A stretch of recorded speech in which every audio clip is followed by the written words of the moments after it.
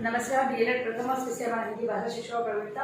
और जो आज हमारा दोहराना रहेगा टॉपिक है वो मैंने लिया है कि जो हिंदी शिक्षण है उसके मूल्यांकन के जो आयाम हैं उसके बारे में हम लोग चर्चा करने वाले हैं। मूल्यांकन सभी के लिए बहुत ही आवश्यक है और आज जो वर्तमान में जो मूल्यांकन प्रणाली चल रही है वो सीसी पैटर्न है, सबसे व्यापक मूल्यांकन, जिसके रहते एक अध्यापक है समय समय पर विद्यार्थियों का मूल्यांकन करता रहता है और आप लोग जो प्रशिक्षण ले रहे हैं तो इस मूल्यांकन के बारे में आपकी जानकारी होना बहुत ही आवश्यक है कि आपको कक्षा में जाना है तो किस तरह से आप लोग कक्षा ऑब्जर्वेशन करेंगे और ऑब्जर्वेशन के आधार पर हम आप लोग आपके द्वारा जो शिक्षण करवाया गया है उसको किस प्रकार मूल्यांकित कर सकते हैं।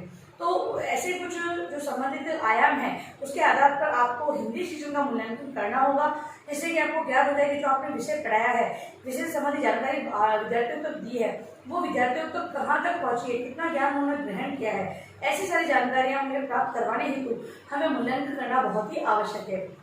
अब अगर मूल्यांकन के आयाम की बात करते हैं तो मूल्यांकन से हमें शैक्षिक उद्देश्य मतलब कि पर आधारित है शैक्षिक उद्देश्य। अब जो पढ़ाया गया है अध्यापक द्वारा जो पढ़ाया गया है वो कि कुछ उद्देश्यों को लेकर ही पढ़ाया जाता है। अध्यापक अपने मन से कुछ भी कार्य नहीं करता है, वो अपने शिक्षण के दौरान पाठ्यक्रम में निहित जो पाठ है उस पर आधारित उद्देश्यों का निर्माण सबसे पहले वो करता है और उसके बाद कक्षा में जाता है। तो शैक्षिक उद्देश्य मूल्यांकन द्वारा प्राप्त होते हैं। इसके अलावा व्यवहार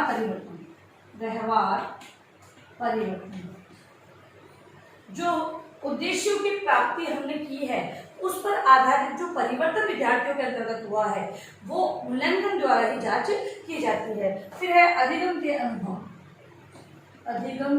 अनुभव जो सीखने के अनुभव है। जब हम जो जैसे कि जिस तरीके से विद्यार्थी अच्छा सीख रहा है उस तरीके को भविष्य में भी अपनाया जाएगा, स्थायी रूप से ग्रहण किया जाएगा। तो इस प्रकार से हम मूल्यांकन से शैक्षिक उद्देश्यों की प्राप्ति कर सकते हैं, व्यवहार में परिवर्तन को ज्ञात कर सकते हैं तथा अधिगम में सिखाने के अंतर्गत किन अनुभवों को समावेश किया जाना चाहिए, ये सारी जानकारी हम इसके द्वारा प्राप्त कर सकते हैं। अब हम आयामों की बात करेंगे तो एक सारणी बनानी होगी आप लोगों को और उसी के माध्यम से हम लोग समझेंगे और ये परीक्षा की दृष्टि से बहुत ही महत्वपूर्ण है सारणी। तो सारणी में हमें किस प्रकार से बनाना है देखेंगे तो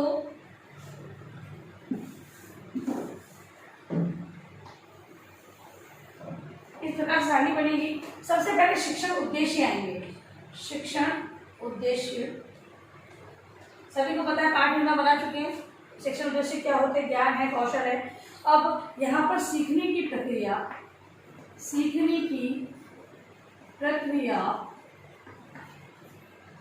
तथा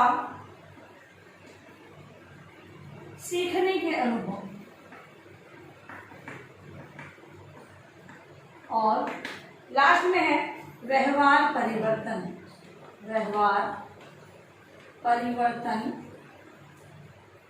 के आधार पर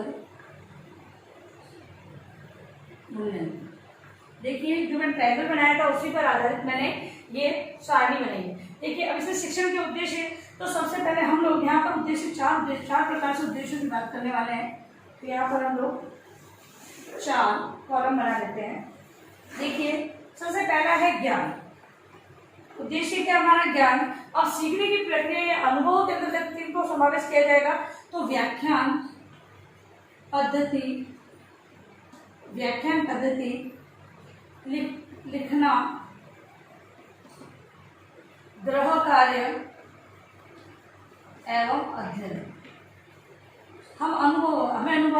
हमें ये सिखाने के अंतर्गत हम लोग व्याख्यान देंगे, लिखने का कार्य विद्यार्थियों से करवाएंगे, गृह कार्य देंगे और अध्ययन से संबंधित बहुत सारे जो विषय शिक्षण के कार्य के अंतर्गत हम अध्ययन को अपनाएंगे, अध्ययन विद्यार्थियों को करवाएंगे। ठीक है, तो इस प्रकार से हम लोग सीखने के अनुभव में इन चीज़ों को व्यवहार में ज्ञान के अंतर्गत इस प्रकार का जो अनुभव है उसको समाहित करेंगे। अब व्यवहार परिवर्तन किस प्रकार का होगा तो मौखिक और लिखित परीक्षाएं।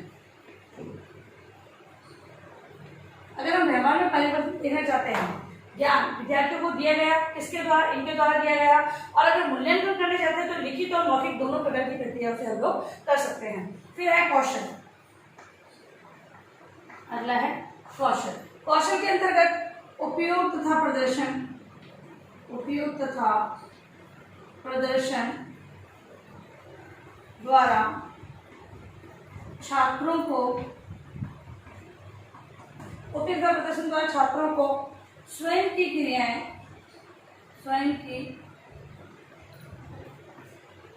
क्रियाओं का अवसर दिया जाता है तथा अभ्यास। अब कौशल ऐसी थी, एक तो चीज़ होती सीखना, और सीखने पर आधारित हम लोग उस चीज में प्रवीणता ले लेते हैं, तो वो क्या कौशल होता है। अब कौशल के अंतर्गत विद्यार्थियों का अनुभव को किस प्रकार अपनाएंगे, तो उपयोग करेंगे, कोई भी चीज सिखाई जा रही है उसका उपयोग करना सिखाएंगे, प्रदर्शन द्वारा उन्हें समझाने के प्रयास करेंगे। इसके अलावा छात्रों द्वारा स्वयं की क्रियाओं करने के ऐसे अवसर, जो हम विज्ञान में हम कहते हैं प्रयोग, और हम हिंदी में हैं उन जो चीजें विद्यार्थियों से, जैसे कि अगर मान लो कोई मॉडल के द्वारा हम लोग कहानी बता रहे हैं विद्यार्थियों को, तो कहानी के अंतर्गत विभिन्न जो मॉडल, एक बार तो अध्यापक स्वयं बताएगा कहानी मॉडल के द्वारा, और दूसरी बार विद्यार्थियों से ही पूछे, विद्यार्थियों को बताया कि इसका ये जो चीजें दे रखी है, फिर ये चित्र बता रखे हैं, इन पर आधारित कहानी का निर्माण कीजिए। तो इस प्रकार के कौशल का निर्माण उन्हें करवाया जा सकता है। व्यवहार में मौखिक, लिखित एवं प्रयोगात्मक परीक्षाएं, मौखिक, लिखित और प्रयोगात्मक परीक्षाएं इसके अंतर्गत रिजल्ट प्राप्त करना है, मूल्यांकन करना है, उसमें की जा सकती है। अब अगला है ज्ञानोपयोग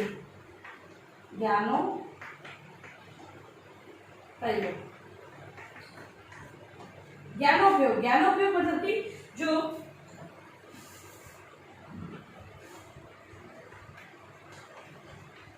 ज्ञान प्राप्त है उसका उपयोग करना। तो उसके अंतर्गत किस प्रकार के अनुभवों को लेंगे, तो किसी समस्या पर वाद विवाद,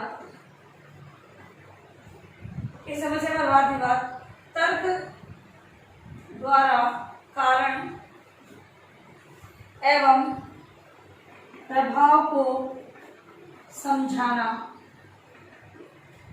सर्वेक्षण, व्याख्यान, निरीक्षण तथा उपयोग।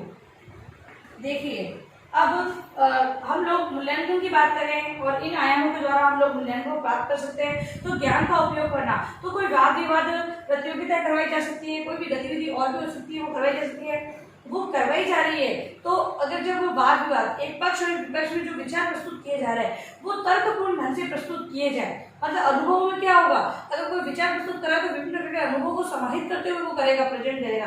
लेकिन जो शिक्षक जो विद्यार्थी को बताएगा वो सारी चीजें, तो विद्यार्थी उनकी समस्या करेंगे, तर्कपूर्ण चिंतन को व्यक्त करेंगे। इससे अध्यापक ज्ञात करेगा कि विद्यार्थियों की समझ कहाँ तक विकसित हुई है। अब यहाँ पर व्यवहार में परिवर्तन, तो मौखिक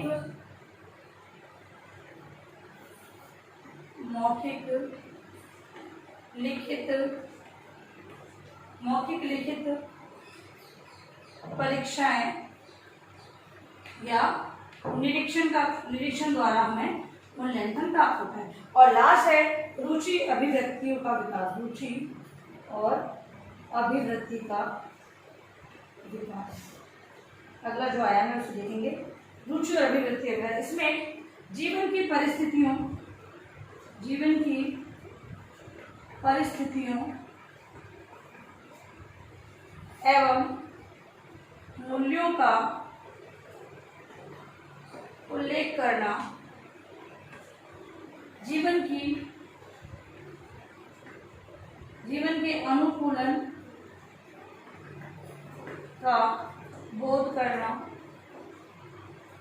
व्याख्यान, कहानी और प्रश्नोत्तर नाटक।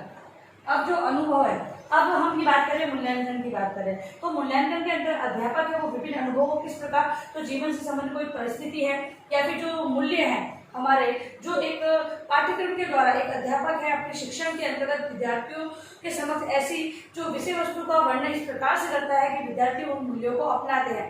अब वो मूल्य है, कुछ तो अध्यापक अपने अनुभवों के आधार पर भी उनके समक्ष प्रस्तुत करता है। तो ऐसे जो मूल्य है, समस्या या परिस्थिति, जीवन से संबंधित जो मूल्य है, उनको प्रश्नोत्तर के द्वारा या फिर नाटक के द्वारा, किसी कहानी के द्वारा वर्णित करना और अपने अनुभवों के आधार पर उन तक पहुंचाना।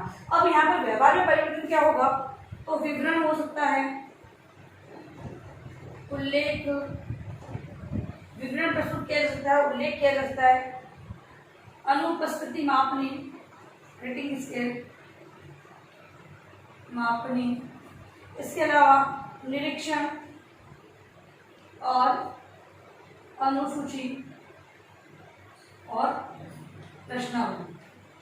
कहने का तात्पर्य यह है कि विभिन्न प्रकार की जो हम लोग मूल्यांकन से संबंधित जो उपकरणों को अपनाते हैं, उन पर आधारित हम लोग मूल्यांकन कर सकते हैं। और हमें करना कितना मूल्यांकन है, जो उद्देश्य हमने लिए हैं, ज्ञान से संबंधित जो क्रियाएं, जो अनुभव उनके समक्ष प्रस्तुत किए गए हैं, उन्हीं पर आधारित हम मूल्यांकन को अपना सकते हैं। कुछ चीज़ें ऐसी होती है जो लिखित रूप में हम उनकी जानकारी प्राप्त कर सकते हैं, तथा सही और सटीक जो हम लोग परिवर्तन चाहते हैं, वो उन लिखित व्यवस्था के, लिखित परीक्षा के आधार पर ही हमें प्राप्त हो सकते हैं रिजल्ट। तो इस प्रकार से हम कह सकते हैं लिखित, मौखिक या प्रयोगात्मक या फिर विभिन्न साक्षात्कार है, निरीक्षण है, प्रश्नावली है, जो भी है, उसके आधार पर जो भी विधियां अपनाई जाती है मूल्यांकन से संबंधित, उन विधियों के आधार पर हम लोग हमारे रिजल्ट या व्यवहार में परिवर्तन को प्राप्त कर सकते हैं। तो हिंदी शिक्षण के अंतर्गत भी इन विधियों का प्रयोग करते हुए हम लोग एक अच्छे तरीके से मूल्यांकन को प्राप्त कर सकते हैं। अब देखिए गृह कार्य प्रश्न आप लोगों का